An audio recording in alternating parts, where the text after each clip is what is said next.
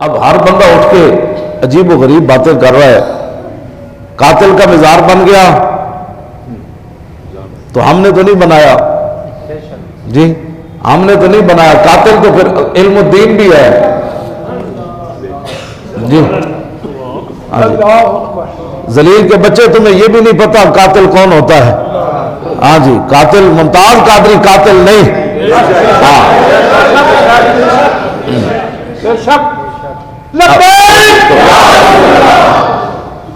تمہیں سمجھ ہی کوئی نہیں. جب تمہیں سمجھ نہیں, ہم جو تمہیں منہ نہیں لگاتے, پوری امت مسلمہ نے تمہارے منہ پر تھوکا. تمہارے باپ کا جنازہ کافر کا کیا ہونا تھا, مرتد کا. تیرے باپ کا جنازہ کیا ہونا تھا, مرتدوں کے جنازے تو نہیں ہوتے, گستاخان رسول کے جنازے تو نہیں ہوتے. ہاں جی, لیکن وہ کچھ بھی نہیں تھا, وہ مردود تھا, مردار تھا. اور تو اپنے باپ کا بنوا دے نا.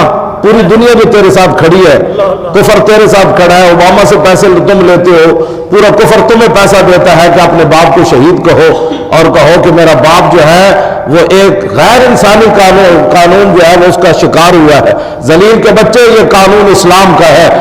تم تو یہ لفظ کہہ کہ کافر ہو گئے, تمہارا باپ بھی کافر, تم بھی کافر. ہاں, اس نے کالا کہا, تم نے غیر انسانی قانون کہا. ان کو روکنے والا کوئی نہیں. تم کرسمس پر جو ان کو مبارکیں دے رہے ہو تو تم تو ہو ہی ان کے ساتھ. ہم نے کوئی تمہارے ساتھ بات کی ہے؟ جب ہم تمہیں منہ نہیں لگاتے تو تمہیں کس نے کہا کہ ممتاز قادری قاتل ہے؟ قاتل نہیں ہے, وہ اس صدی کا سب سے بڑا عاشق رسول ہے.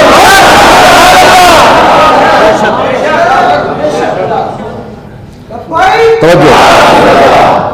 تو مجھے تو تقریر آج ویسی بھی کوئی نہیں آیا. میں تو سوچ رہا تھا بات کیا کروں, مجھے تو بات بھی بھولے ہوئی ہے کہ ادھر وہ لمحہ کہتا ہے, یہ کریکٹر کہتا ہے کہ حضور پر وہی رک گئی تو نعوذ باللہ حضور نے پھر سوچا کہ میں وہ لفظ نہیں بولتا جو اس نے بولا ہے.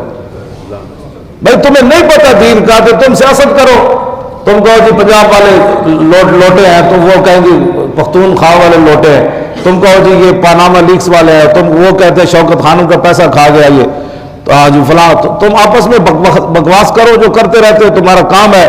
ذلیل کے بچوں, حضور کے بارے میں بہت ہزار بار بشویم بہمز مشک گلاب انوز نامے تو گفتن کمال بے ادبیس. سارے بزرگاں نے کیا لکھا ماری بھی کوئی اپنا منہ اتر تو گلابا نال دھوے نا, تو پھر بھی حضور کا نام لینا کمال بے ادبی دی, پھر بھی نہ لینا بے ادبی, صرف نہ لینا بے ادبی. تینوں سمجھ ہی کوئی نہیں کہ فَأَمَّا الْيَتِيمَ فَلَا تَقْهَرْ وَأَمَّا السَّائِلَ فَلَا تَنْهَرْ کا کیا مطلب ہے؟ تو ساری زندگی بلے بازیاں کرتا رہا, تو بلے سکھا. ذلیلہ تینوں کے نے کیا تو حضور کے بارے اس طرح کی گفتگو کر. یہ سارے کے سارے اس طرح کی گفتگو کر رہے ہیں. ہمارے پاس اب دعا کریں کہ اللہ تعالیٰ یا تو ہمیں طاقت دے,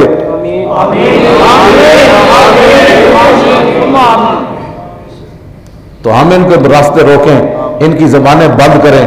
کہ سیاست کرنی ہے تو سیاست پر بات کرو نا. تمہیں جب پتہ ہی نہیں ہے حضور کے بارے میں بات کیسے کرنی ہے, جب اللہ تعالیٰ یا ایھا المزمل کہہ رہا ہے, یا ایھا المدثر کہہ رہا ہے, یا ایھا الرسول, یا ایھا النبی, تو تم کیسے حضور کا نام لیتے ہو؟ اور تمہیں یہ بھی نہیں پتا حضور کا نام لینا کیسے ہے. نہ تم نے کوئی دین پڑھا ہے, نہ کسی دین والے کے پاس بیٹھو.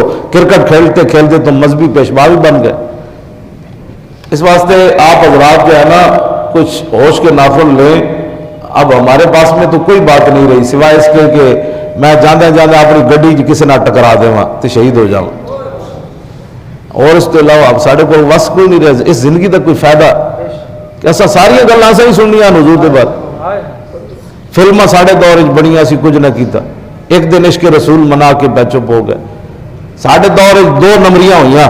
حضور خود فرما گیا قیامت تک, فرمایا جب میری عزت کی بات ہوگی جانور بھی 2 کبھی اختلاف نہیں کریں گے.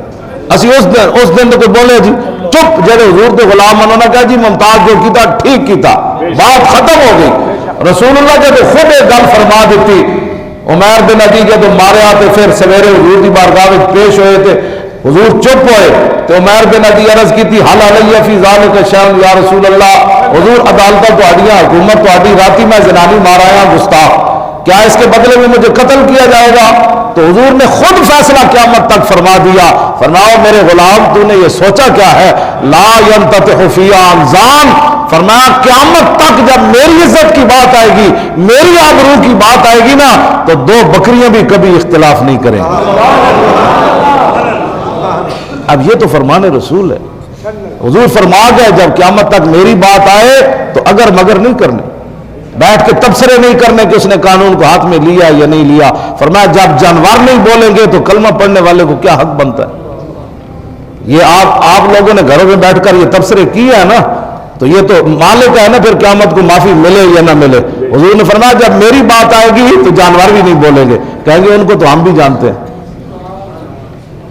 اب مسلمانوں کو حق کیسے پہنچتا تھا؟ یہ تو قتل کے مسئلے میں تھا نا، ناموس رسالت کے مسئلے میں حضور نے یہ فیصلہ فرمایا، باقی نہیں۔ فرمایا جب میری عزت کی بات آئے گی، دنیا میں کوئی بندہ میری وجہ میرے خلاف بات کرنے کی وجہ سے قتل ہو جائے گا نا، تو فرمایا بے زبان بھی کہیں گے بڑا چنگا ہویا، بڑا چنگا ہویا، بڑا چنگا ہویا، اے بہت اچھا ہویا، اے اس قابل سی، انہیں رسول اللہ کے خلاف گل کیوں کی؟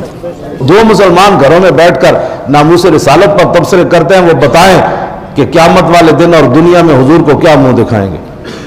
حضور نے جب اس پر فیصلہ بند کر دیا قیامت تک کہ بے زبان نہیں بولیں گے، تو زبان والے کو کس نے اجازت دی؟